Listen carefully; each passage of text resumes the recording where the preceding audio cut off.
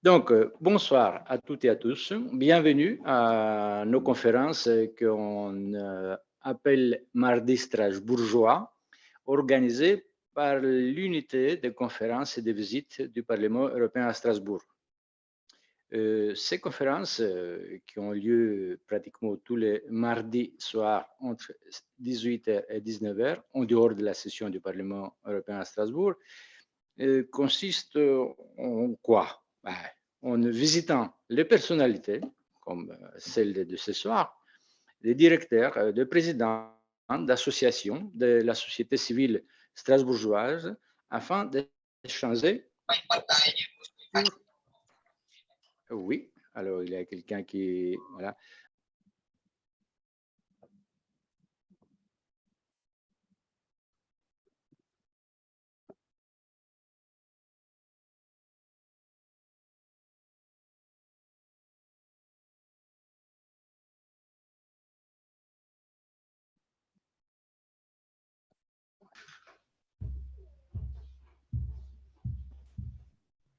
Alors, il y a un petit problème technique ou non? On a retrouvé le son. Ah, le direct. Je éteins le micro. Voilà.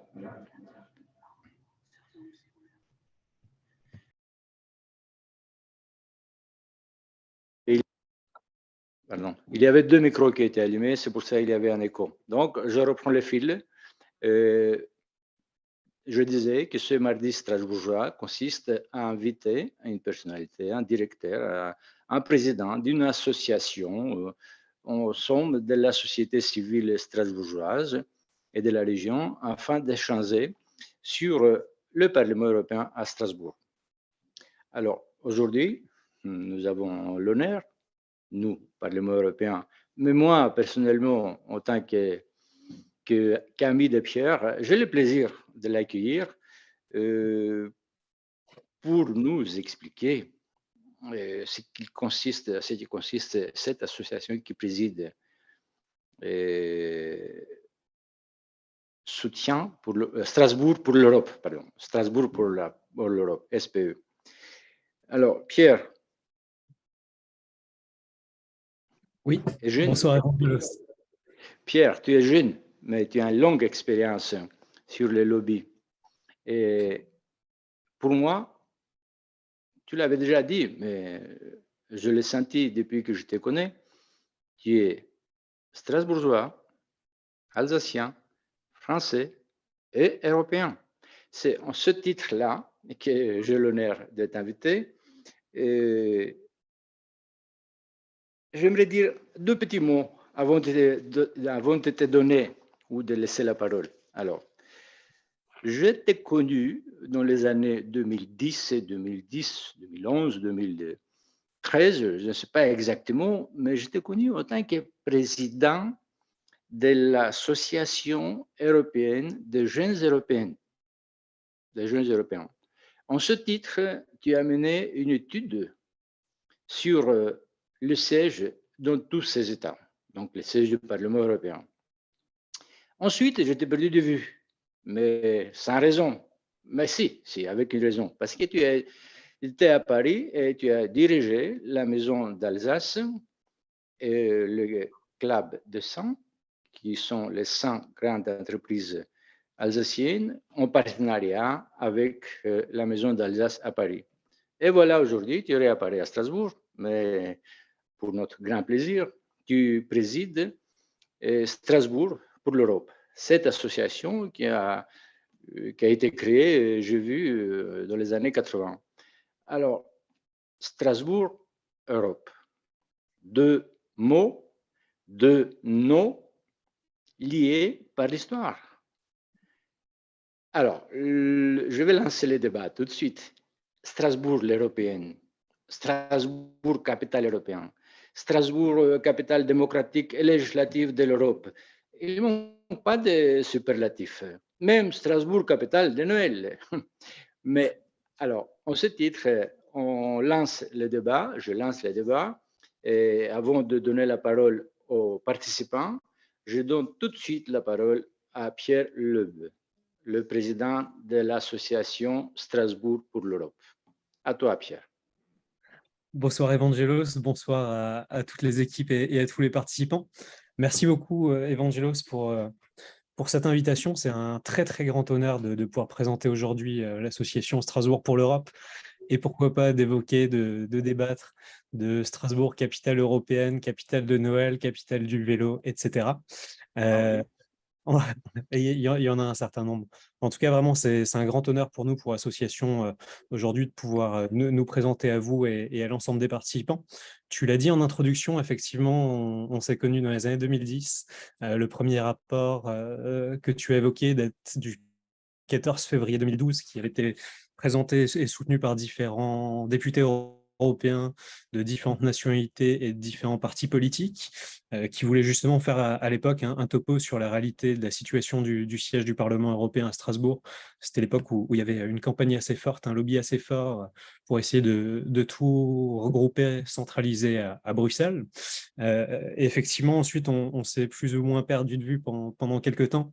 Il y a eu la Maison Alsace avec le Club des 100 à Paris. Il y a également d'autres activités, puisque j'ai lancé une jeune entreprise qui propose la démocratie participative, toujours en lien avec les affaires européennes et nos enjeux actuels et sociétaux dans le contexte qu'on connaît tous et qu'on vit tous à l'heure actuelle. En tout cas, évidemment, notre enjeu, mon enjeu à moi depuis plus de 10 ans, c'est vraiment Strasbourg, l'Alsace, la France, l'Europe, et vice-versa. L'Europe, la France, l'Alsace et Strasbourg, tout ça est lié. Tout ça est lié puisque l'histoire et l'ADN de notre territoire, c'est si particulier, tout simplement.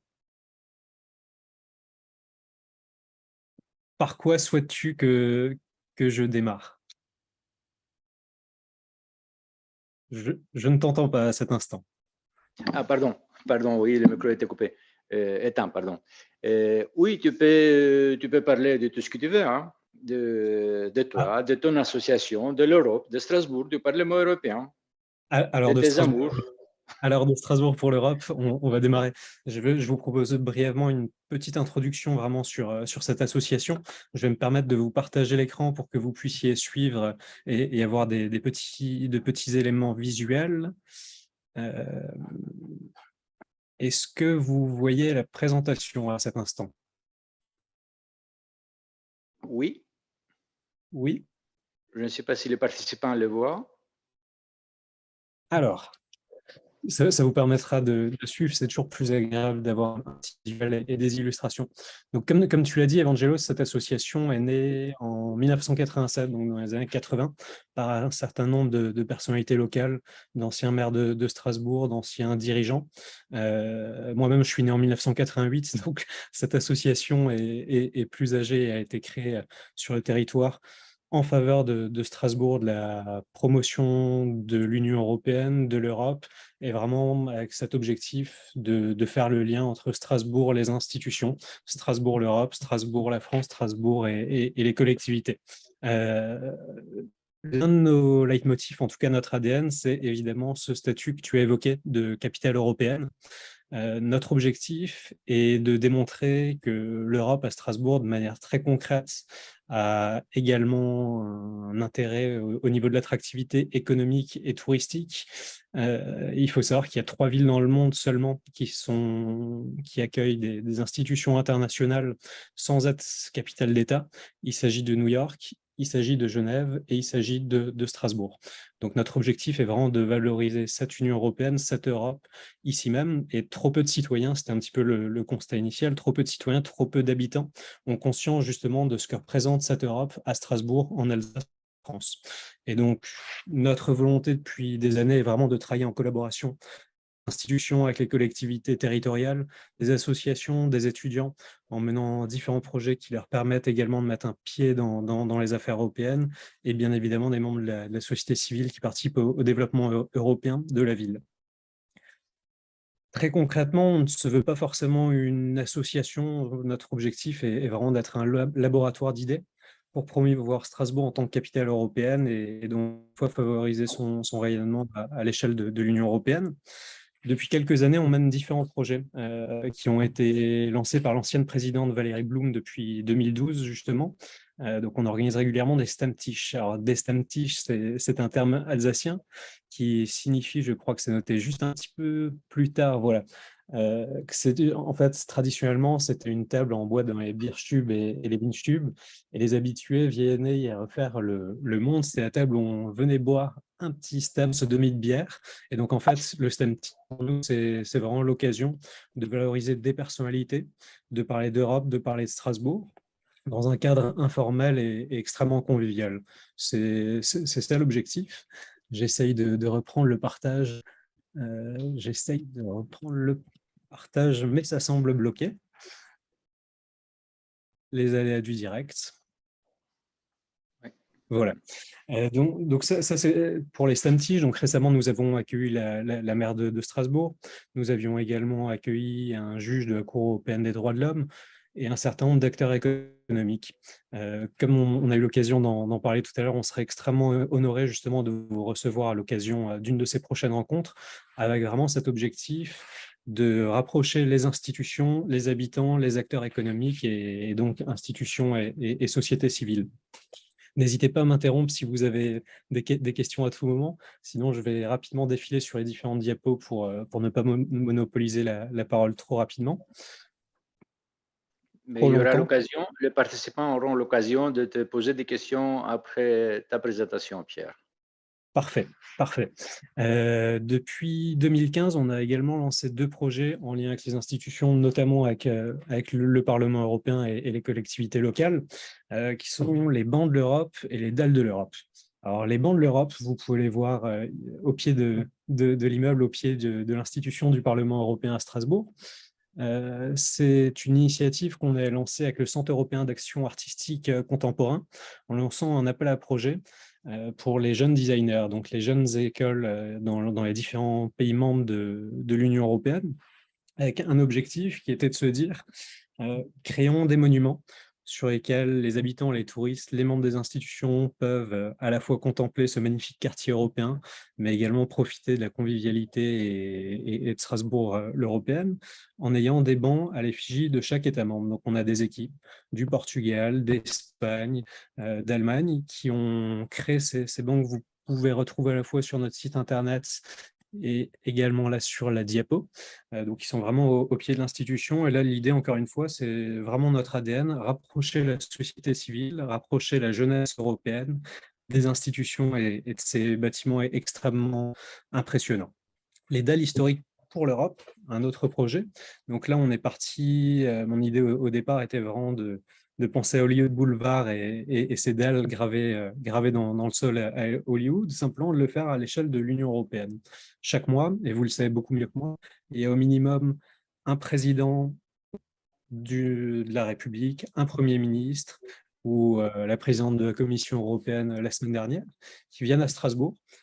Les Strasbourgeois, les habitants, les étudiants n'en sont pas forcément informés, les acteurs économiques non plus n'ont pas l'information, ne vont pas chercher l'information. Pourtant, le cœur de l'Europe passe par Strasbourg d'une manière ou d'une autre. Les traités l'ont fixé ainsi. C'est dans ce Parlement européen à Strasbourg que l'Europe se crée. Donc, on a créé un parcours qui part du Conseil de l'Europe, qui remonte jusqu'à la Cour européenne des droits de l'homme et prochainement justement jusqu'au Parlement européen, avec l'objectif d'une 50aine de dalles de l'Europe, en collaboration avec les différents États membres ou l'institution ou les collectivités locales, avec des phrases fortes qui marquent justement ce qui s'est passé à Strasbourg et pourquoi Strasbourg est le siège de cette institution. Donc, je vous fais rapidement défiler les diapos là aussi. On voit les emplacements et vous pouvez les retrouver actuellement au pied du Parlement européen. Il faut savoir que cette association avait également été à l'origine de la création du marché de Noël de Strasbourg. On parlait tout à l'heure de capitale de Noël au début des années 90. Et donc, le marché de Noël de Strasbourg a été créé avec Catherine Trottmann, notamment l'ancienne maire de Strasbourg, en 94, suite à de nombreuses réunions, de nombreux contacts entre l'association Strasbourg pour l'Europe, SPE, et la ville de Strasbourg. Un autre élément, un autre projet que vous connaissez, que vous rencontrez quotidiennement à Strasbourg, c'est ce fameux tram aux couleurs européennes. C'est Alexis Lehmann, l'un de nos vice-présidents de l'association, qui avait eu cette idée depuis un certain nombre d'années. Et là aussi, l'idée était de se dire, il faut ancrer davantage l'Europe à Strasbourg, montrer ce que c'est que cette Europe, montrer tous les bienfaits, tout le positif. Et de même que vous pouvez voir régulièrement pendant les sessions des kakémonos sur les quais ou aller de l'orangerie à de la Robertso, etc., avec cette charte graphique. Donc là aussi, c'était un projet qui avait été initié par l'un de nos membres et par l'association. Et puis, voilà, je pense, pour un premier topo, j'ai déjà pris assez de temps. En tout cas, je suis à votre disposition pour toutes les questions et je vous remercie beaucoup pour votre attention. Merci beaucoup, Pierre.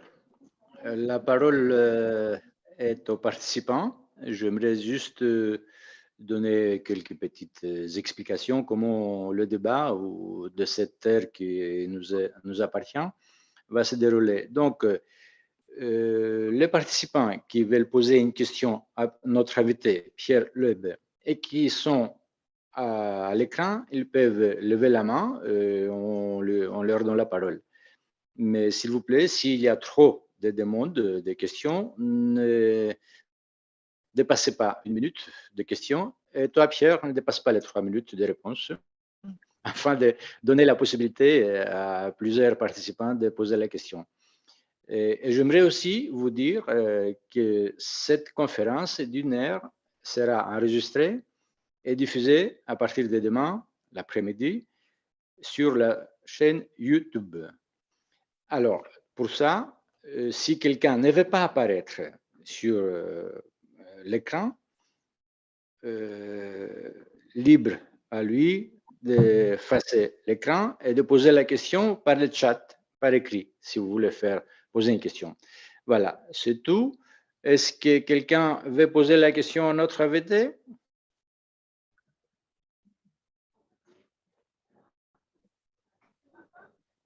Alors, pour ne pas avoir un vide, moi, j'ai une question qui me brûle les lèvres. Je ne sais pas si vous pourrez répondre, Pierre, mais qu'en est-il de cette siège dans tous ces États? Je m'explique, peut-être pour les participants. Alors, quand on parle de siège, c'est le siège du Parlement européen à Strasbourg, qui officiellement a été acté par les traités européens.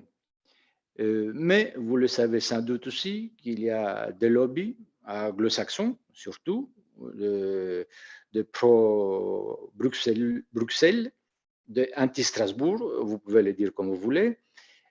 Mais ces lobbies, alors d'après moi, étaient menés par les Britanniques. Maintenant, les Britanniques sont partis. Le Brexit a eu lieu en février 2020. Qu'en est-il aujourd'hui? Avez-vous une image? Est-ce que tu as mené des études sur cette affaire du siège, on peut dire? Effectivement, nous avions publié 3 rapports. Donc le premier, le siège dans tous ces États, en 2012, le second en 2014 pour faire un point d'étape sur l'évolution de la situation, et le troisième en 2018 qui voulait vraiment conclure cette trilogie. Je me souviens quand j'ai démarré sur la thématique, donc la première enquête qui a été publiée en 2012, a nécessité 1 mois d'enquête de témoignages à chaque session au Parlement à Strasbourg, mais également auprès de services à Luxembourg et avec un certain nombre d'acteurs à Bruxelles. Je me souviens que certaines personnes, notamment certains parlementaires qui avaient de l'expérience dans l'institution, me disaient que c'est une bataille qui dure déjà depuis plus de 20 ans. Et c'est vrai qu'on pouvait déjà retrouver, y compris sur le site de l'INA, des déclarations de la ministre, de la secrétaire d'État aux Affaires européennes fin des années 80, qui évoquait cette thématique. On en parlait déjà, François Mitterrand avait eu un propos là-dessus, puis Jacques Chirac, puis les différents présidents. C'est une réalité. Il y a un sujet, vous le connaissez mieux que moi, vous, en interne à l'institution. Il y a des votes qui ne sont pas favorables depuis 2012. Il y a vraiment une bascule à partir de ce moment-là. Il y avait notamment Edward Macmillan Scott avec son collègue Alvaro, qui étaient tous deux vice-présidents de l'institution, qui avaient mené un lobby extrêmement efficace avec des actions de communication assez fortes et des moyens, des budgets conséquents. Et malheureusement, c'est vrai qu'il faut constater que la courbe n'est pas positive au niveau de l'évolution des votes depuis 2012. On voit que ça stagne depuis 3-4 ans. Après, bien évidemment, il y a eu le Covid.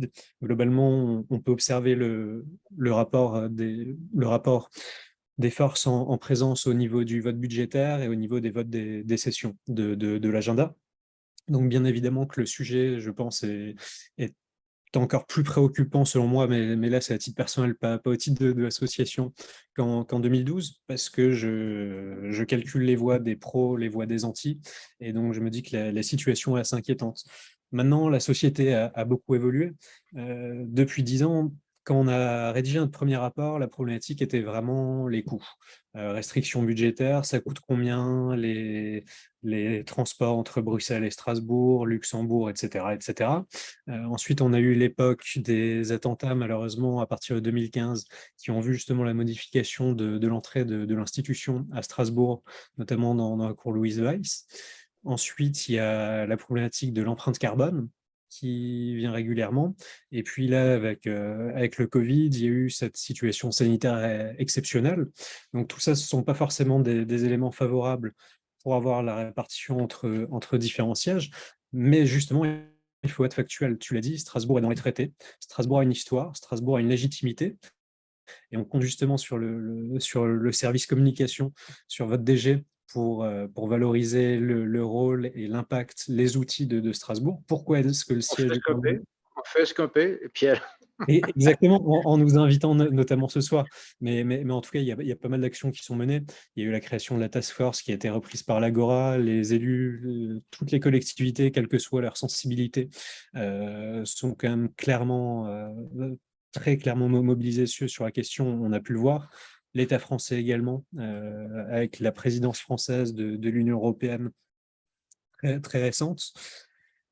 Mais un jour, effectivement, c'est un petit peu mon évolution personnelle, mais celle des trois rapports, qui était de dire en 2012, le statu quo est nécessaire, ça ne doit pas bouger, Strasbourg doit être concentré et siège de l'institution. 2014, attention, avec les restrictions, avec l'évolution des votes, à un moment donné, il risque d'y avoir un choix à réaliser. Et c'est vrai que pour moi, à ce titre-là, à partir de 2018, c'est à un moment donné, il va falloir se donner les moyens d'un siège unique à Strasbourg.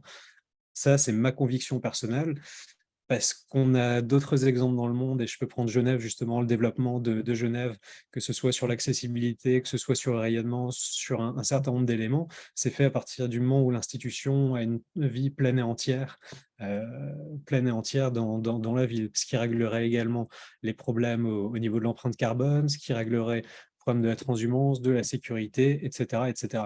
Donc moi, je pense qu'un jour, il faudra probablement passer à une phase de lobby beaucoup plus offensif, en souhaitant un siège concentré, focalisé sur Strasbourg, qui fait d'autant plus sens par rapport à la répartition géographique et au traité, enfin à l'histoire de la construction européenne, avec le pouvoir qui représente les citoyens, puisque les seuls élus de l'Union européenne qui sont présents à Strasbourg, loin de la Commission, loin des autres institutions. Désolé, j'ai dépassé les 3 minutes. Oh non, non. Du moment où il n'y a pas de mains qui se lèvent pour poser une question, tu peux parler tant que tu veux. Alors, il y a quelqu'un? Ah oui, il y a quelqu'un qui veut poser une question. Oui, je rebonsoir, voudrais savoir si on a le droit de parler. Je vous en prie, allez-y. Il y a quelqu'un qui veut poser une question de participants avant de donner la parole à Léa. Alors, monsieur, nous avons entendu une question. Donc, problème de communication ou problème de questions? Alors, Léa, vas-y. Je suis intéressée par vos Stammtisch. Comment ça marche? Comment on fait pour s'inscrire? Le micro est Et, coupé. le micro est coupé. Qu'est-ce qui se passe? Donc, oui, si vous entendez ma question, simplement les STEM Il arrête de STEM parler Teach, comment ça italien. marche? C'est- Et Il y a Monsieur il Forest. faut s'inscrire. Oui. Il y a Monsieur Forest, je crois, qui a activé puis désactivé son micro. Oui, C'est pour ça pour qu'il y a des VPN. petites interférences. Il y a quelqu'un qui a Corinne, quelqu'un c'est qui a le correct. micro ouvert. Reviens sur Corinne. Quelqu'un de participant a le micro ouvert. S'il vous plaît, vous pouvez l'éteindre parce que vous interférez sur notre discussion. Alors, merci pour la question. Alors, c'est très simple. Il suffit de s'inscrire auprès de l'association, soit directement sur le site, soit en vous envoyant un petit mail avec vos coordonnées, nom, prénom, email. Il y a un petit formulaire que je vais pouvoir vous faire suivre à la fin de la réunion. Et donc, l'idée est d'organiser 6 à 9 STEM Teach par an, en variant à la fois des invités des institutions européennes, grands acteurs économiques ou médias locaux et personnalités également. Donc, on essaie vraiment de faire un cycle à chaque fois sur 3 rencontres. Donc là, nous aurons 3 rencontres au mois d'octobre, novembre et décembre. Et puis, c'est évidemment ouvert à tous les sympathisants, à toutes les personnes membres de l'association. Par contre, pour respecter un format assez informel et off, qu'il y ait des journalistes ou non, on a un accord, c'est du off. Ce qui se dit durant ces STEM Teach doit rester dans les STEM Teach. On est vraiment dans une volonté de partage, de fédérer et de co-construction. Donc, on essaye de limiter en général à 20 participants pour que chacun puisse justement interagir et s'exprimer assez librement. Mais on serait très heureux de vous accueillir. Allô Pierre? Oui, Augustin. J'ai pris la parole, c'est Augustin. J'ai mis un message dans le chat.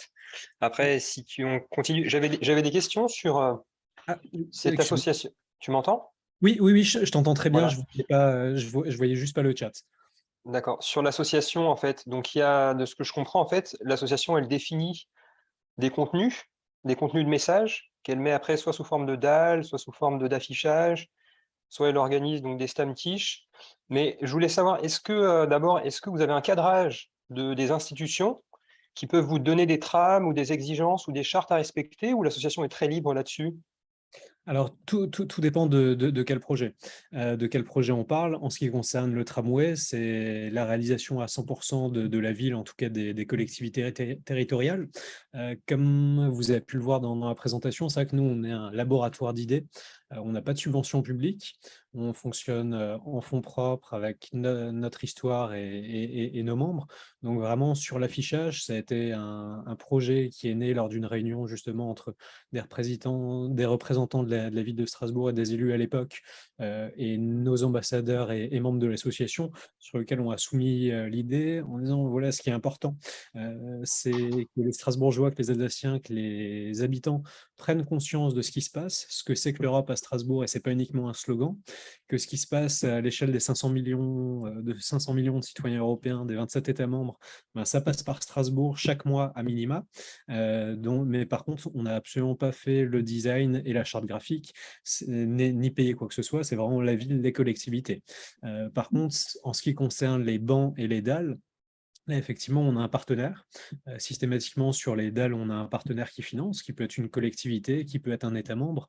On a par exemple reçu le président Poroshenko, l'ancien président de l'Ukraine, en 2017, qui était venu inaugurer la dalle de l'Europe, de l'Ukraine, qui est justement sur ce trajet. On a reçu également le Premier ministre de la Géorgie, un ministre allemand.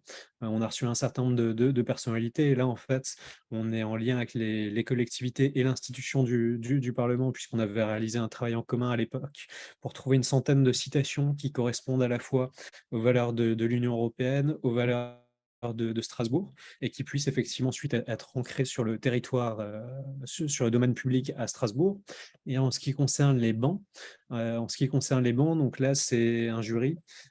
C'est un jury qui se réunit, donc c'est un appel à projet en fait, qui est diffusé. On a plusieurs écoles de l'État membre. Donc là, si on part sur le Portugal, il y aura plusieurs écoles qui vont être sollicitées, plusieurs projets qui vont être proposés. À ce moment-là, il y a un jury.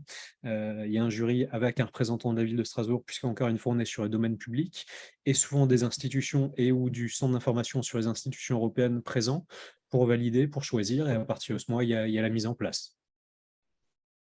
Est-ce que j'ai été assez clair? Oui, oui, c'est très clair. Après, est-ce que vous sur la méthode, est-ce que vous avez une méthode, je ne sais pas, de gestion de projet? Est-ce que vous faites des brainstorming ou c'est vraiment juste, des Oui. appels à projets et des jurys? Oui, oui, oui, il y a une méthode. Je me tiens évidemment à votre disposition pour qu'on puisse en parler plus en détail si ça vous intéresse en dehors de la visio. Mais bien évidemment, il y a toute une structuration, un process. Et moi, je ne suis que le président de cette association. Donc derrière, il y a justement une équipe sur les bancs, une équipe sur les dalles, une équipe sur les différents projets. Mais vu l'importance et la visibilité, évidemment que c'est assez charté et carré à ce niveau-là. D'accord, bah, merci. Et la dernière question que j'avais mis par écrit, c'était comme c'est dans du domaine public, Oui. comment est-ce que ça se passe au niveau de l'entretien? L'entretien des kakémonos dans les espaces publics, l'entretien des dalles ou s'il y a des réunions avec des personnalités, est-ce qu'il y a un, je sais pas, un service de sécurité ou? Alors, encore une fois, les kakémonos et les trams, ce n'est pas nous. Ce sont les tramways de la collectivité et leur affichage sont financés par la collectivité, j'imagine auprès d'une agence de communication ou autre, donc ça, je ne peux pas vous répondre. Par contre, effectivement, en ce qui concerne les dalles et les bancs, l'entretien est un vrai sujet. Donc la ville de Strasbourg a un service entretien et comme c'est le domaine public de la ville de Strasbourg, c'est entretenu régulièrement comme tous les bancs. Mais effectivement, on a de temps en temps des remontées, notamment sur certaines dalles qui sont en dessous des arbres sur l'avenue de l'Europe, où il peut y avoir des pigeons ou autres qui sont passés. Nous-mêmes, on aimerait peut-être que ces dalles soient davantage valorisées.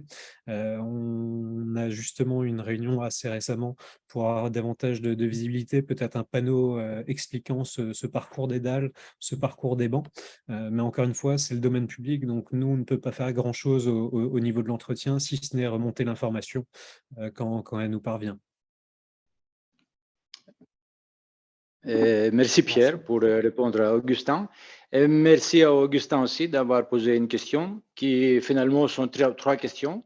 C'est pour ça que Pierre a pris du temps pour répondre. C'est vrai que les kakimonos, les dalles sont importantes, et surtout leur entretien, mais ce n'est pas notre sujet aujourd'hui, Augustin. Excusez-moi d'être un peu direct. Notre sujet aujourd'hui, c'est le soutien de l'Europe et, et le siège du Parlement européen à Strasbourg. C'est un sujet passionnant.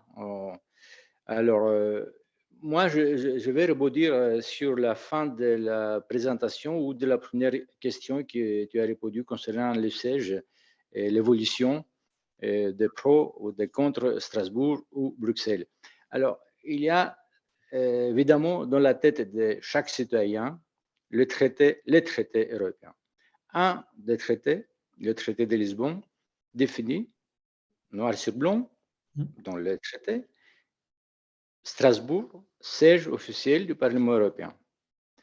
Cela veut dire que si jamais, parce que ça travaille dans la tête des citoyens, si jamais on doit changer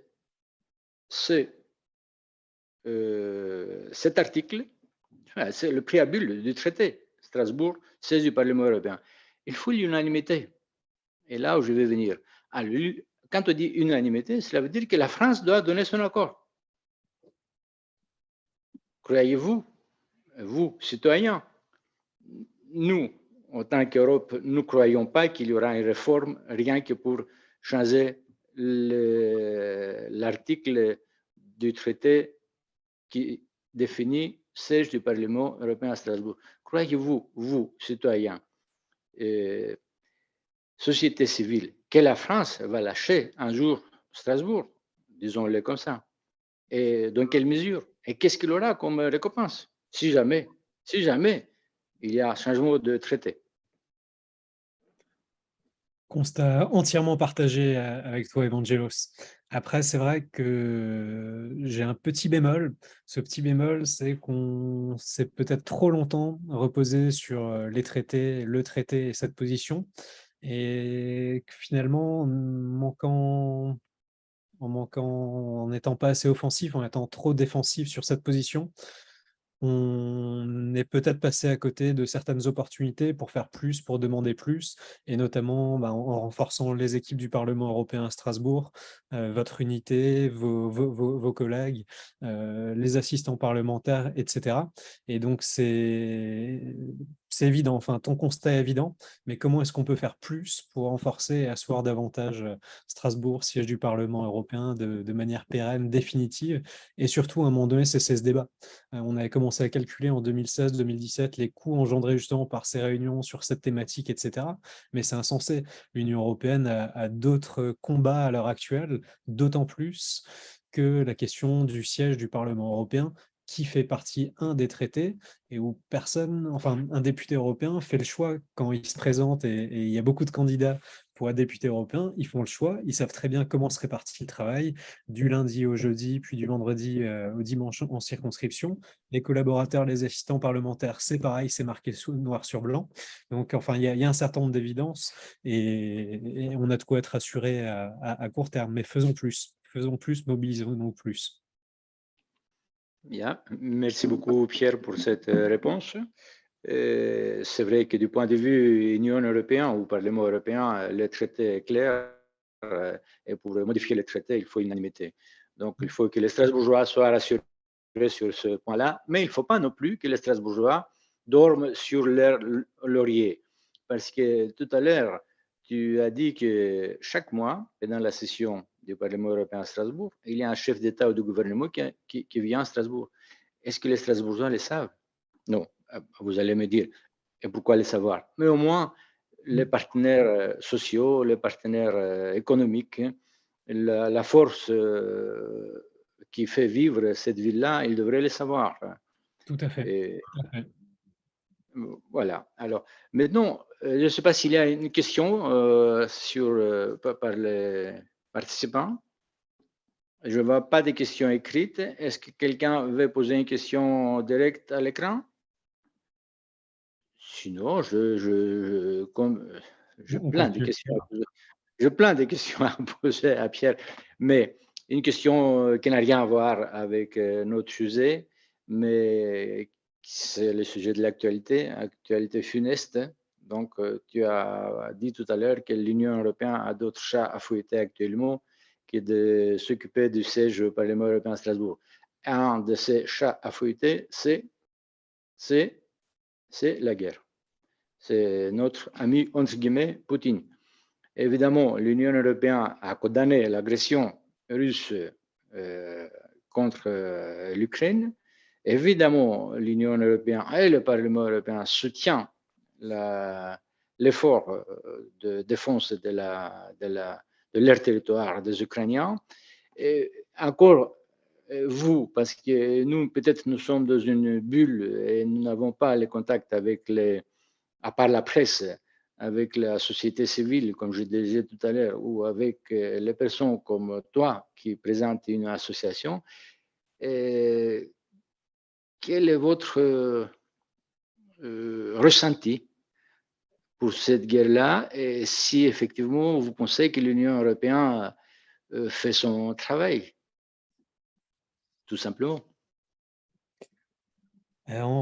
En préambule sur ce sujet, j'en profite, si tu me permets l'expression, pour évoquer justement une action qu'on a menée avec des étudiants de l'ECS Media School à Strasbourg, des étudiants en communication, au mois de mai dernier, en lien avec l'association Promo Ukrainia, où cette action s'appelait les 12 étoiles solidaires, avait lieu au foyer Mélanie à la Robertso, et visait justement à organiser une soirée, une collecte avec ces étudiants en faveur de l'Ukraine. La question que tu poses est extrêmement complexe. Strasbourg pour l'Europe, évidemment, ne prend pas de position politique ou politicienne ou partisane sur cette thématique, puisque ce n'est pas notre registre, puisque ce n'est pas le rôle de l'association. Après, on a tous des convictions, moi particulièrement, et bien évidemment. Et est-ce que l'Union européenne en fait assez?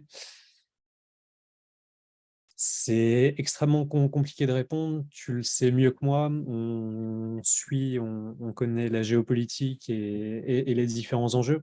L'Ukraine officiellement n'est pas un pays de l'Union européenne, mais c'est la première frontière. Par contre, c'est l'Europe des 47 qui est pas loin, qui est à quelques mètres de votre institution. C'est justement à ce titre-là qu'on a reçu le président Poroshenko à l'époque. On voit l'actualité, ce qui risque d'arriver par rapport aux sanctions, à l'énergie, etc. C'est très compliqué de prendre position, à part à ce stade de faire part de notre désarroi, de la tristesse, de revivre finalement les pires horreurs qui ont amené à la création au départ de l'Union européenne, aussi au choix de Strasbourg il y a plus de 70 ans, parce que cette ville avait été un symbole fort de la réconciliation. À l'époque, c'était franco-allemande qui a donné lieu ensuite à la création de l'Union européenne, des pères fondateurs et de cette très belle histoire avec 70 années de paix sur notre continent. Aujourd'hui, on a un tournant. Aujourd'hui, on a un tournant. Je pense qu'une grande partie de la population, de la société civile, que ce soit ici à Strasbourg, en Alsace, dans le Grand Est, en France ou en Europe, en est consciente. Je vois à titre personnel une évolution des mentalités chez les plus jeunes, chez les étudiants notamment. Et effectivement, beaucoup sont nés avec la fin de la grande histoire, de l'histoire avec le grand H des années 90. Et aujourd'hui, on voit que finalement, non. Qu'on est à l'aube de quelque chose. Maintenant, aller plus loin, enfin, je ne suis pas voyant, voilà, j'ai mes convictions, mais j'ai pas forcément la légitimité pour aller plus loin sur ce sujet, sachant que c'est des convictions plus personnelles qu'associatives au titre de Strasbourg pour l'Europe. Mais on en parlera quand tu veux, avec grand plaisir. Mais, mais oui, merci quand même. Merci d'avoir répondu. Même, c'est vrai, on ne peut pas exprimer notre conviction politique ou politicien, mais il y a un ressenti quand même. Et nous avons tous ce même ressenti, c'est-à-dire il y a un agresseur, il y a un agressé. Donc, il faut soutenir tant qu'on peut. Même si, tu viens de le dire, l'Ukraine n'est pas un membre de l'Union européenne, mais l'Europe a fait un geste en ce sens-là parce qu'elle a été acceptée comme candidate officielle. Tout à Et fait. il y avait des voix qui se sont élevées en disant que c'est à l'autre bout du monde, c'est la frontière avec la Russie, la fédération de la Russie, mais c'était un geste symbolique et espérons que ça va donner un résultat, c'est-à-dire un jour, l'Ukraine serait membre de l'Union européenne.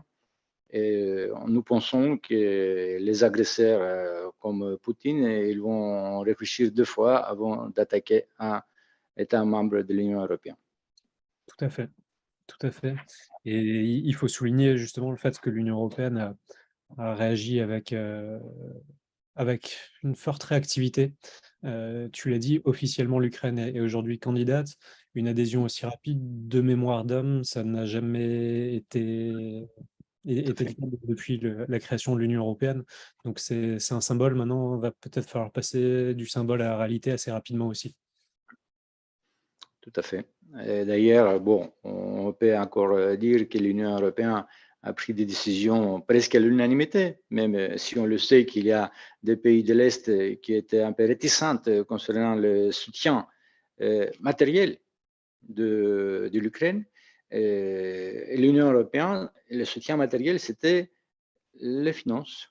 Donc, on a financé l'effort de guerre. Tout à fait. C'est bien la première fois aussi dans l'histoire de l'Union européenne. Donc, je m'adresse à tous ceux qui disent, bon, finalement, l'Union européenne ne fait rien du tout. Ces technocrates à Bruxelles ne font que travailler autour de leur bulle. Non, voilà la preuve. Non, Alors, si je peux me permettre en complément de ton oui, propos, bien sûr. c'est vrai, là aussi, j'ai une autre casquette qui est celle d'intervenant. Donc, je donne des cours en licence et en master régulièrement à Strasbourg, justement aussi sur les affaires européennes et la communication publique politique. Et là, pour la première fois, j'ai l'impression qu'il y a eu une prise de conscience, notamment de la jeunesse et d'un certain nombre de citoyens, sur la nécessité de cette Union européenne et sur le fait que là, elle fait beaucoup, que c'est pas la France seule ou un pays membre seul, quelle que soit sa grandeur, sa puissance, qui peut impacter. Par contre, quand l'Europe s'exprime, quand l'Union européenne s'exprime, quand près de 500 millions de citoyens ce qui représente aussi la première puissance économique mondiale en théorie, en tout cas sur certains chiffres, s'exprime et se lève. Il y a une capacité de réaction, une force de persuasion qui est réelle. Et on voit également qu'aujourd'hui, il y a des répercussions directes sur les différents États membres. Tu parlais du soutien financier à l'Ukraine, soutien militaire également. Et on voit qu'aujourd'hui, les États membres sont en train, à l'instar de l'Allemagne, qui s'était promis de ne plus jamais s'équiper au niveau militaire de la sorte. Il y a des virages importants, il y a des décisions importantes. Donc, grâce à l'Union européenne, il est en train de s'écouler aujourd'hui des évolutions extrêmement importantes, va-t-on dire, pour ne pas aller plus loin. Très bien, merci beaucoup Pierre. Il y a une question de Jacques Mouen. Oui. Est-ce que la ville de Strasbourg a un comité central pour s'organiser les événements de beaux-arts et culturels comme la ville de Lyon, fête consulaire et bannière du monde? Alors, je Tu es au crois que courant? Non, justement, aujourd'hui, je n'ai pas ce titre-là. Il y a quelques années, j'ai effectivement travaillé avec la ville de Strasbourg et pour la ville de Strasbourg pour le précédent maire, mais ça remonte à 2013-2014, me semble-t-il. Donc là, aujourd'hui, je n'ai pas l'information. Par contre, vous aviez reçu le mois dernier ou au courant du mois de juillet le pôle institution, justement, institution européenne de la ville de Strasbourg, qui sauront certainement mieux vous renseigner que moi. Désolé, Jacques. Très bien, merci. Alors, Jacques, tu peux t'adresser à la ville de Strasbourg alors. Merci à vous. Et si besoin, n'hésitez pas à m'envoyer un mail, je peux vous mettre en contact, bien évidemment. Oui. Très bien. Il y a d'autres questions sur le chat, je ne vois pas. Ah oui, la question de Léa, parce qu'on avait le problème technique. Est-ce que vous m'entendez maintenant? Parfaitement. Ah, très bien. Génial. Désolée pour le petit souci technique de tout à l'heure. Moi, je me demandais, en tant que jeune strasbourgeoise, qu'est-ce que je peux faire à mon échelle pour contribuer, promouvoir le statut de Strasbourg capitale européenne? Est-ce qu'il y a peut-être possibilité de s'investir dans votre association ou est-ce que vous auriez d'autres conseils à me donner?